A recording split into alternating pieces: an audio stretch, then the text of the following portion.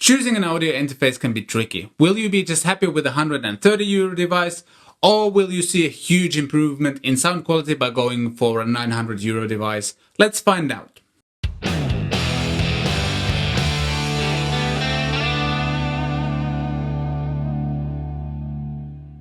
Well, hello there, my name is Vladimir, welcome to my home studio.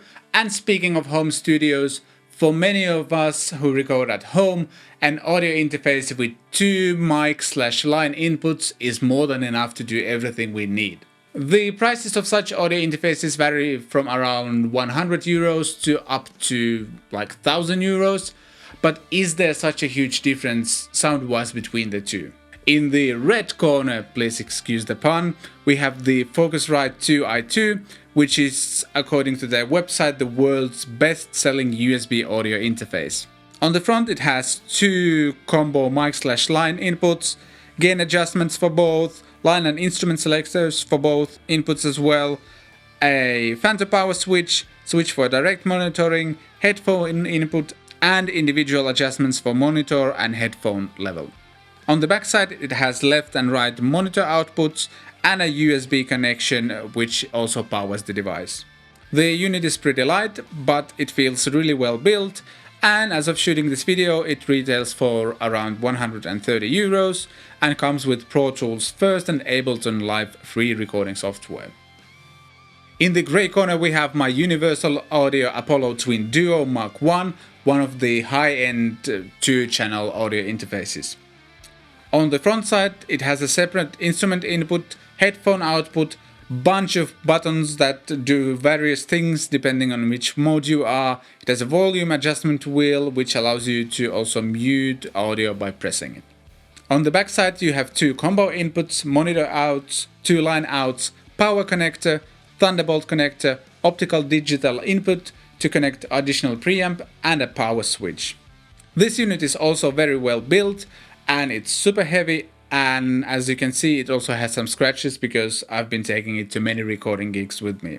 This exact model isn't on sale anymore, but the updated Mark II version retails for about €900 and it comes with the amazing Universal Audio Console software and a bunch of free plugins to use with it. So obviously the Apollo Twin has a lot of more stuff going on, but none of those extra features are necessary for you to start recording. At their core, both interfaces are 2-channel boxes that allow you, for example, to plug into microphones or two guitars. Since the two devices perform the same task at a very different price point, I wanted to try and see whether the more expensive one sounds better and is the difference significant. I took the track I recorded for my Moore Ocean Machine demo and re-recorded all the guitars and the bass track using both interfaces. To kind of eliminate the human element from the test as well, I actually split the signal from the instrument and recorded the same take on both of the interfaces at the same time. This way slight variations in my playing won't affect the test result. I matched the levels on both interfaces, so I was recording at the same amount of input gain, and I disabled all the plugins on Apollo Twin for a fair comparison. Also, all the post-processing, compressor, EQ, delay, whatever that may be, is exactly the same on both of the tracks, so if there is a difference, it only comes from the audio interface.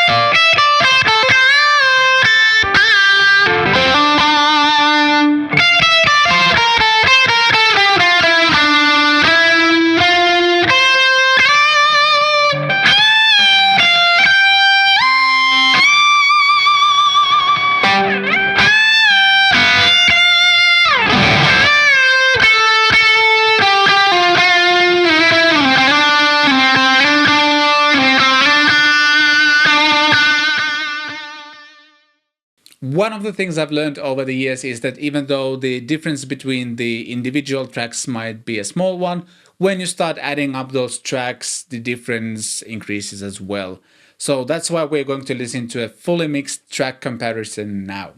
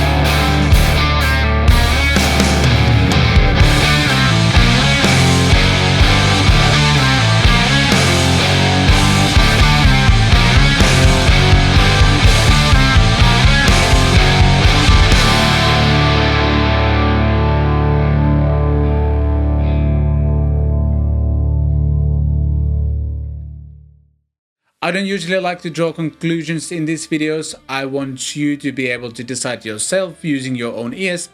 But I think in this case I am going to say something. For me, the difference is there.